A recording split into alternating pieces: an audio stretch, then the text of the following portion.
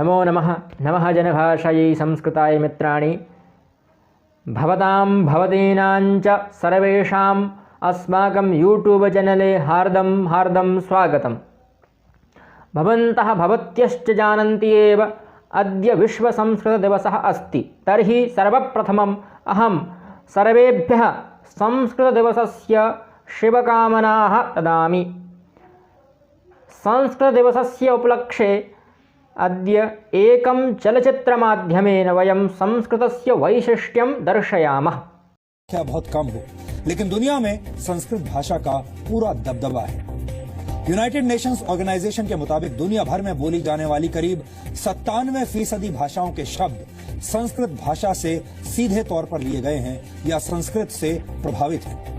आपको हैरानी होगी कि कंप्यूटर द्वारा गणित के सवालों को हल करने वाली विधि यानी एल्गोरिथम्स संस्कृत में बने हैं, न कि अंग्रेजी में। संस्कृत में दुनिया की किसी भी भाषा से ज्यादा शब्द हैं। वर्तमान में संस्कृत के शब्दकोश में 102 अरब 78 करोड़ 50 लाख शब्द हैं। जी हाँ, कितनी बड़ी संख्या है आप देखिए, 102 अरब 78 करोड़ 50 लाख शब्द हैं संस्कृत में। इतने सारे शब्दों के बावजूद किसी और भाषा के मुकाबले संस्कृत में सबसे कम शब्दों में वाक्य पूरा हो जाता है, यानी कम शब्दों में अपनी बात कहने में संस्कृत सबसे कारगर भाषा है।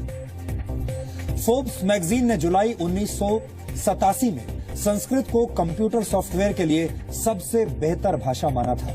अमेरिकी अंतरिक्ष एजेंसी नासा के मुताबिक संस्कृत धरती पर बोली जाने वाली सबसे स्पष्ट भाषा है, जिसकी वजह से संस्कृत कंप्यूटर प्रोग्रामिंग के लिए सबसे कारगर है। नासा के पास संस्कृत के ताड़पत्रों पर लिखी 60,000 पांडुलिपियां हैं, जिन पर नासा रिसर्च कर रहा है। नासा के वैज्ञानिकों द्वारा बनाए जा रहे 6th और 7th generation super computers Sanskrit भाषा पर आधारित हैं, जो वर्ष 2034 तक बनकर तैयार हो जाएंगे। स्टडीज ये भी साबित करती हैं कि संस्कृत सीखने से दिमाग तेज हो जाता है और याद रखने की शक्ति बढ़ जाती है। इसलिए लंदन और आयरलैंड के कई स्कूलों में संस्कृत को कंपलसरी सब्जेक्ट बना दिया गया है। अमेरिका की इंटरनेशनल वैदिक हिंदू यूनिवर्सिटी के मुताबिक संस्कृत अकेली ऐसी भाषा है जिसे बोलने में जीभ की सभी मांसपेशियों का इस्तेमाल होता है, जिसकी वजह से शरीर में ब्लड सर्कुलेशन बेहतर होता है। इस वक्त दुनिया के 17 से ज्यादा देशों की कम से कम एक यूनिवर्सिटी में तकनीकी शिक्षा के कोर्सेज में संस्कृत पढ़ाई जाती है। यानी पूरी दुनिया संस्कृत के महत्व को समझती है और इसका गुणगान भी करती है।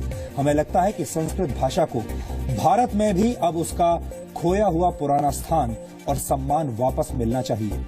हमारी आपसे यही अपील होगी कि विदेशी भाषाओं की आंधी में हमें अपनी प्राचीन भाषा को भी भूलना नहीं चाहिए। हम अक्सर भारत के